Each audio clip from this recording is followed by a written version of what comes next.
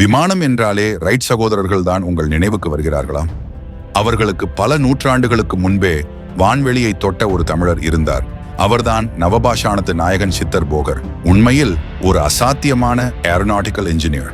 இரும்பு சட்டங்கள் மற்றும் பட்டுத் துணிகளாலான கட்டமைப்பில் காந்த விசை என்ற நவீன நுட்பத்தை பயன்படுத்தி சித்திர ரதம் என்ற மர்ம ஊர்தியை அன்றே வான்வெளியில் ஏவி அதிர வைத்தார் போகர்.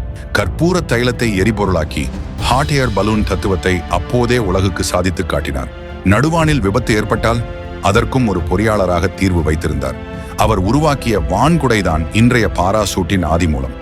வாயு புகுந்து மனிதனை தூக்கும் என்ற ஏரோடைனமிக்ஸ் விதியை நவீன அறிவியல் பிறப்பதற்கு முன்பே ஓலைச்சுவடிகளில் எழுதி வைத்தது தமிழர்களின் ஆதி தொழில்நுட்ப நாகரிகம்.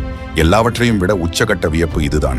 வான்வழியே உலகை வலம் வந்த போகர் இந்த பூமி 3 பங்கு நீர் 1 பங்கு நிலம் கொண்ட நீலக்கோள் என்பதை அன்றே பதிவு செய்தார்.